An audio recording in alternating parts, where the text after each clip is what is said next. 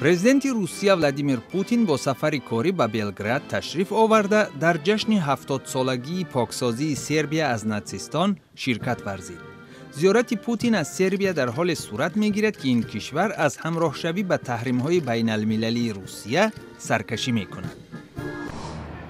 در پایتخت قرقیزستان شهر بیشکک سفیر روسیه دعوت کرد طربخانه‌ای به نام پوتین یا بسته شود و یا تغییر نام کند. سفیر روسیه می‌افزاید او مخالف نمی‌بود اگر این طربخانه به نام اولین پرزیدنت روسیه بوریس یلتسین نامگذاری می‌شد. نام برده با محبتش به مینوشی معروف است. در دنیپروپتروفسک اوکراین مراسم وداع با 21 سربازی که در جنگ‌ها با جدایی‌خواهان روسیه به هلاکت رسیده اند دایر گشت.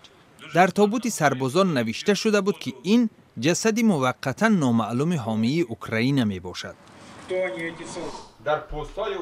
در کابل گروهی از فعالان جامعه شهروندی از پرزیدنت افغانستان اشرف غنی طلب کرد که بر ضد منصبداران آلوده به فساد مبارزه برد. اثنای معرکه انتخاباتی غنی وعده داده بود که فساد را ریشه‌کن می کند. سال گذشته گروه ترانسپرنسی اینترنشنال افغانستان را یکی از 3 کشور اول در رده‌بندی ممالک فساد زده عنوان داده بود. در دهه دوردست منطقه مهمند پاکستان یک شخص دالان خانه‌اش را به مکتب تبدیل داده است.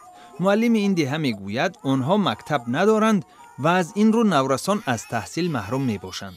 مکتب بنیاد شده امکان می دهد که 40 کودک از 5 تا 7 ساله تعلیم ابتدایی بگیرند. مقامداران پاکستان میگویند از سال 2008 به این طرف جنگجویان بیش از 800 مکتب را تخریب کردند.